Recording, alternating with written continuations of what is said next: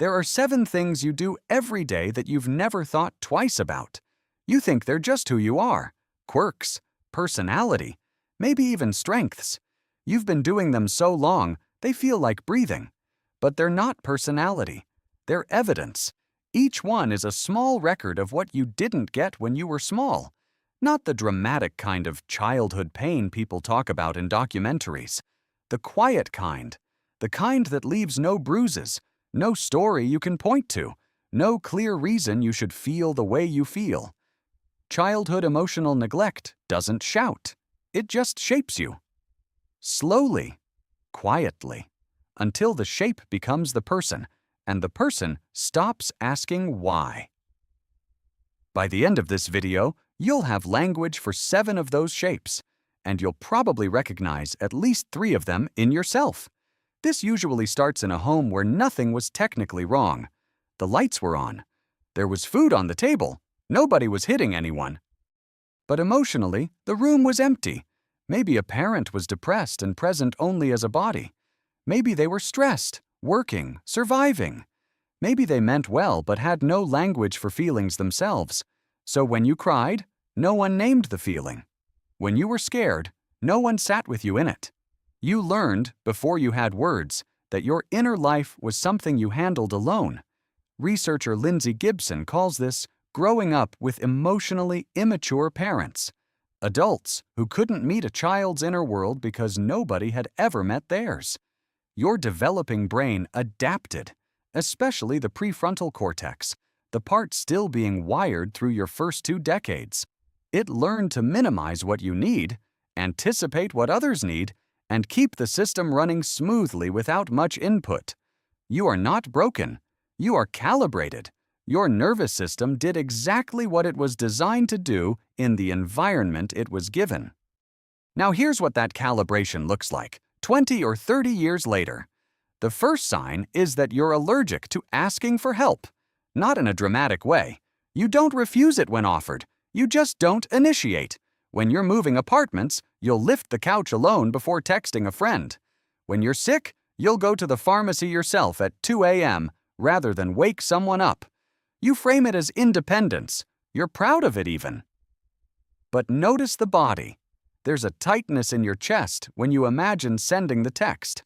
A small voice that says, "Don't be a burden." That voice is older than you remember. Pete Walker, who writes about complex trauma, describes this as the fawn response, keeping the system self-contained so you never owe anyone, never disappoint anyone, never have to find out if they'd say no. The cost is loneliness that doesn't make sense to you. People love you. They'd help, but the bridge between needing and asking was never built. And this connects to something even quieter. The second sign is that you downplay everything that happens to you. A friend asks how your week was. Something hard happened. A fight? A fear? A hospital visit? You say it was fine, or you mention it in one flat sentence and immediately ask about them. You're not lying. You genuinely don't know how to give your own experience weight. This is what happens when, as a child, your big feelings were too much for the room. You learn to shrink them on the way out of your mouth. Now your brain does it automatically.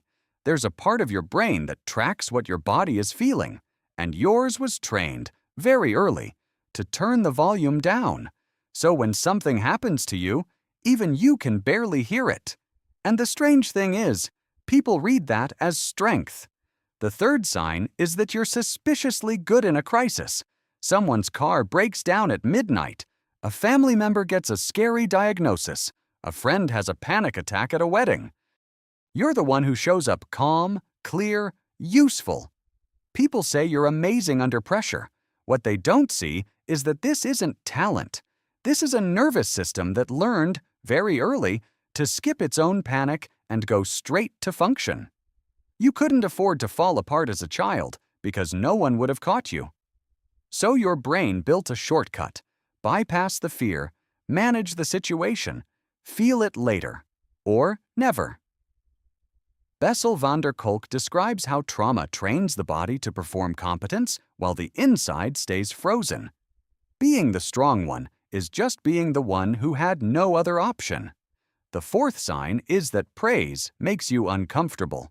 When your manager pulls you aside to say you did a great job, you laugh too quickly. You make a joke. You point at someone else. If they keep going, your face heats up, and you almost want to leave the room. Some part of you is already thinking, they don't really mean it. They're just being nice. This isn't humility. Humility is choosing to be modest. This is something else. Praise lands on a part of you that was never built to receive it. You grew up in a place where your good moments weren't reflected back. So now, when someone offers a mirror, your nervous system reads it as a threat. Too much attention on a self that learned to stay small. You change the subject. You always change the subject. The fifth sign is that you can't quite remember the last time you wanted something for yourself. Not should have wanted, not supposed to want, wanted. Pulled toward it without permission, without justification, without checking whether it made sense to anyone else. You can list what you need. You can list what other people want from you. But that quieter signal, the one that says this, mine, now, it went silent a long time ago, and you barely noticed it leaving. When you were small, wanting things was complicated. Maybe your wants annoyed someone. Maybe they were ignored. Maybe asking for them made you feel selfish, so your brain stopped generating clear signals. Alice Miller wrote about how children of emotionally unavailable parents learn to tune into the parents' needs so finely that their own preferences become background noise. Now, as an adult, you walk through your own life like a careful guest. Stop for a second. Everything you've heard so far, not asking for help, downplaying yourself, being good in a crisis, deflecting praise, not knowing what you want. None of it is a flaw. None of it is something to fix. It is a record of intelligence. A child who couldn't get warmth made themselves easy to keep. A child who couldn't get attention made themselves easy to overlook. A child who couldn't get help made themselves not need any. You did the math of the room you were in, and you survived it. That is not weakness. That is one of the most sophisticated things a small brain can do. Now keep going. The last two are the ones that hurt to see. The sixth sign is that you feel guilty when you rest. Not a little, a lot. When you sit down on a Saturday afternoon with nothing to do, your skin starts to itch. You feel like you're falling behind, like someone is going to notice you're not producing, even if you live alone and no one is watching. So you find a task. You clean something. You answer an email. You make yourself useful. Childhood emotional neglect often comes with a quiet rule. Your value is in what you provide. Love wasn't given for being. It was earned for doing. So now, doing nothing feels like dropping the only thing that kept you safe. The seventh sign is that you don't quite believe people when they say they love you. You hear the words. You note them. You say them back. But there's a small lag inside, a part of you that doesn't fully land in the feeling. You keep waiting for evidence. You keep watching for the moment they'll change their mind. And when they don't, you find ways to test it without meaning to. You pull back. You go quiet. You wait to see if they'll stay. This is attachment, the way John Bowlby described it. The earliest love you experienced taught your nervous system what to expect. If that early love was distant, distracted, or conditional, the part of you that receives love now is still scanning for the version you learned first. People can love you completely, and your body can still not believe it. When you put all of this together, something becomes clear. You don't ask for help because asking was never safe. You downplay yourself because being big was never welcomed. You manage crises because no one managed yours. You deflect praise because praise didn't shape you. You forget what you want because wanting got quiet. You can't rest because resting felt unsafe. And you don't quite trust love because the first version of it taught you not to. You are not cold. You are not difficult. You are not too much or too little. You are a person who built a self that worked in a room that didn't have enough warmth. You are allowed to ask for help before you're desperate. You are allowed to take up the full space of your own life. You are allowed to be loved without earning it through usefulness. You are allowed to want something specific.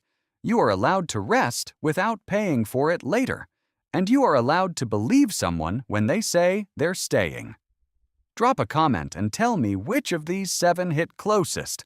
Not which one fits someone you know, which one fits you. And if you're watching this past midnight, leave the time. I want to see who's here.